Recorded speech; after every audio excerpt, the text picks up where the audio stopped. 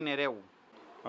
બાળમજૂરીમાં અમે છેલ્લા 2 વર્ષથી કામ કરીએ છીએ. એમાં પોતે જ જ્યાં જ્યાં બાળકો કામ કરતા હોય છે એને શોધીને માલિક ઉપર એફઆઈઆર કરવાનું કામ કરતા હોઈએ છીએ. છેલ્લા 2 વર્ષથી અમે લગભગ 60થી 70 એફઆઈઆર કરી છે. 60થી 70 માલિકો વિરુદ્ધ બાળમજૂરીનો ગુનો દાખલ કરીને એમને કોર્ટ સુધી ધકેલ્યા છે. જે નાના બાળકોના 10થી 12 વર્ષના છોકરા હોય એના ઓછા પગારમાં કામ કરાવીને એનું શોષણ કરતા હોઈએ છે.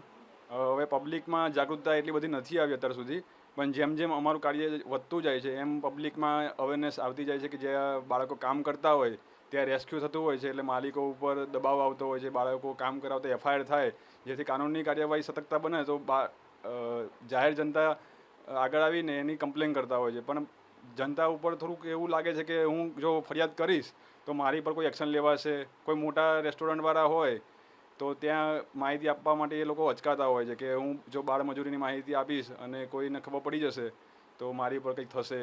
તો અમે જાહેર જનતાને કહેવા માંગીએ છીએ કે જ્યાં જ્યાં બાળમજૂરી થતી હોય ત્યાં ત્યાંનું લોકેશન, એડ્રેસ અમને આપો. ચાઇલ્ડલાઇનનો નંબર છે 1098 ઉપર ફોન કરીને તમે માહિતી નોંધાવી શકો છો. તમારું નામ ક્યાંય આપવામાં આવતું નથી. તમારું નામ, નંબર ગુપ્ત